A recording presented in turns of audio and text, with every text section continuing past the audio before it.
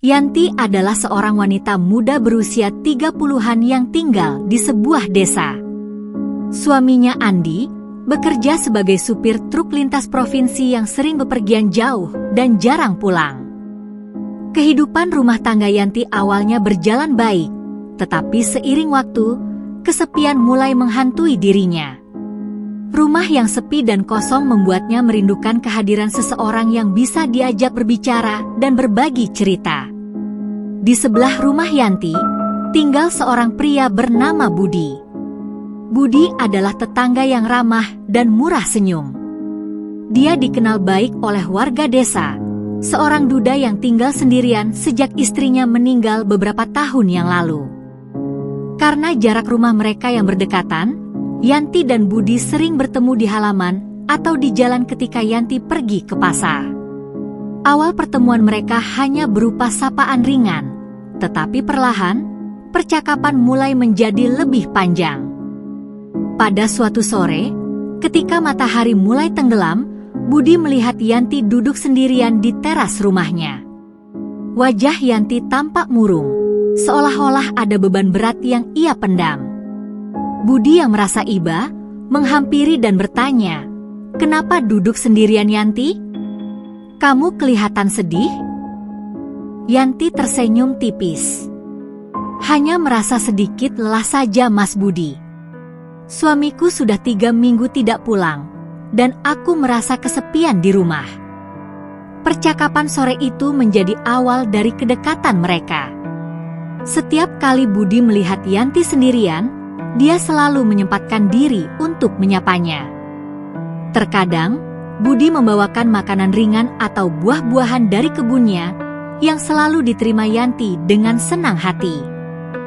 Kebiasaan ini membuat hubungan mereka semakin akrab.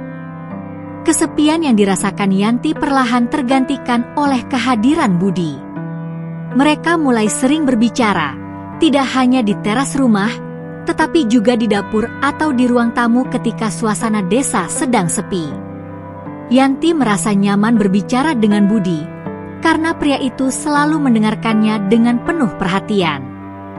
Namun ada sesuatu yang perlahan berubah. Keakraban itu mulai menyimpan rasa yang berbeda. Hati Yanti yang semula hanya mencari teman bicara, kini mulai merasakan sesuatu yang lebih dari sekadar persahabatan. Dia sadar bahwa perasaan itu tidak seharusnya ada, tetapi hatinya sulit untuk melawan. Sementara itu, Budi pun mulai merasakan hal yang sama. Setiap kali dia melihat senyuman Yanti atau mendengar suaranya, ada perasaan hangat yang tumbuh di hatinya. Meski tahu bahwa Yanti adalah istri orang lain, dia tak mampu menahan rasa itu. Pada suatu malam, ketika listrik di desa mereka padam, Yanti mengetuk pintu rumah Budi untuk meminjam lilin. Dengan senang hati, Budi memberikan lilin dan menawarkan untuk mengantarnya ke rumah. Setelah memastikan lilin menyala, Budi duduk sebentar di ruang tamu Yanti. Malam itu, obrolan mereka semakin dalam.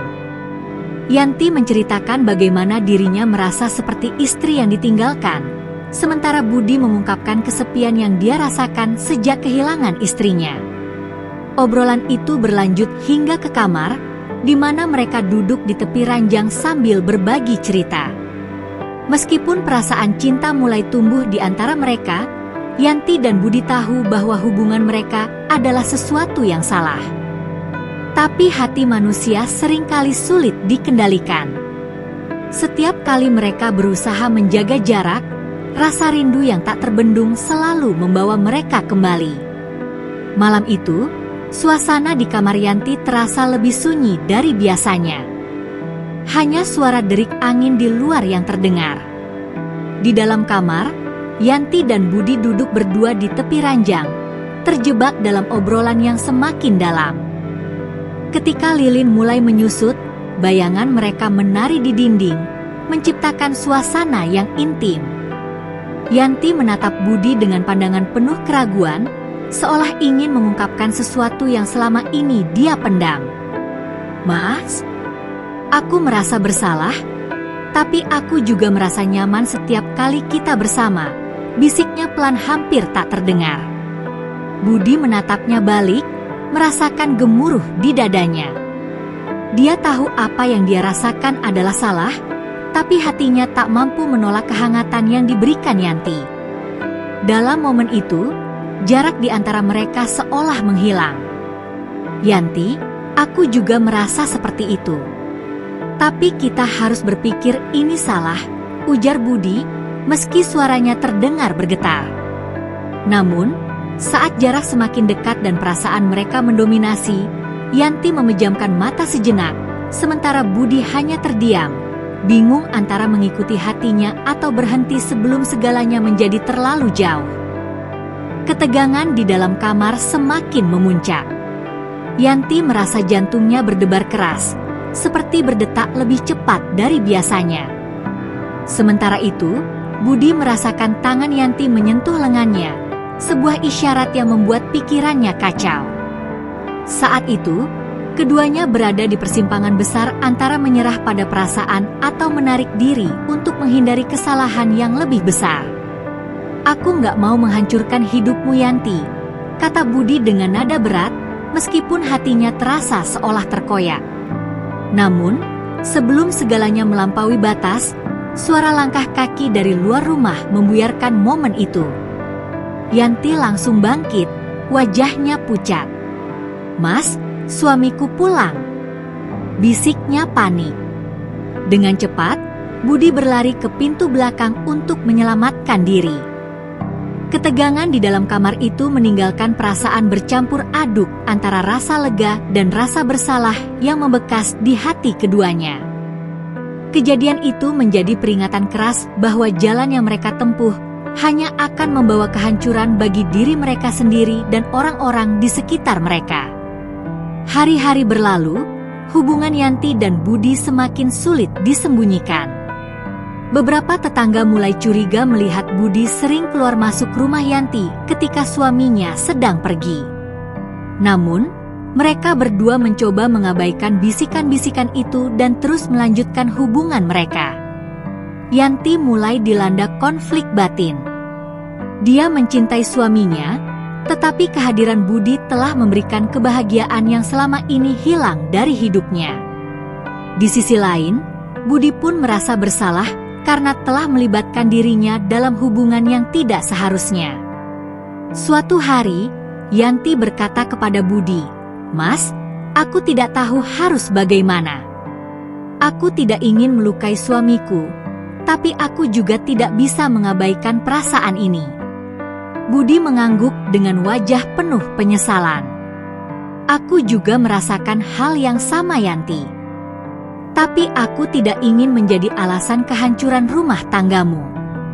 Setelah melalui banyak pertimbangan, Yanti dan Budi akhirnya memutuskan untuk menjaga jarak.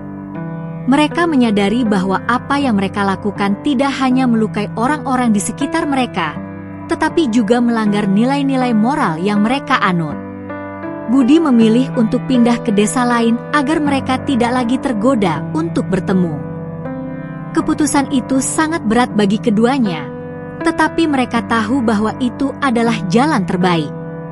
Yanti kembali fokus pada rumah tangganya, berusaha memperbaiki hubungan dengan suaminya meskipun jarak sering memisahkan mereka.